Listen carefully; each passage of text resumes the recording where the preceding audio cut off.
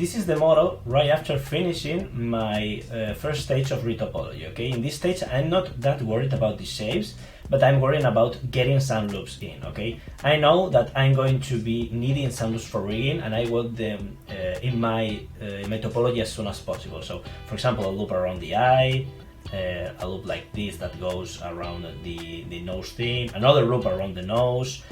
I'm also going to want loops around the legs.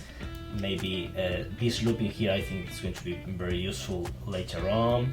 So even for modeling, when I'm modeling, I try to get my loops as soon as possible, okay? And I also want to have some transversal loops that goes all across the model, okay?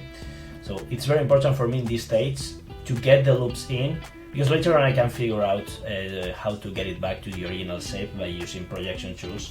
And I have here an example of these important loops, okay?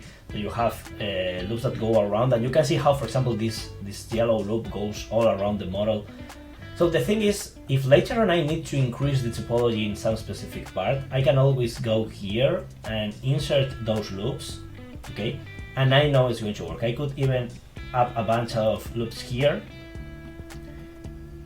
and then start editing the edge flow in order to get the resolution that I want, okay, for example. And this is how I'm usually going to work, okay, and this and some manual playing with the geometry, and then I'm going to distribute my loops in an uniform way. For example, I may want to have another loop here, but then I want to edit the edge flow, and now I want to add also a few loops in here. Oops.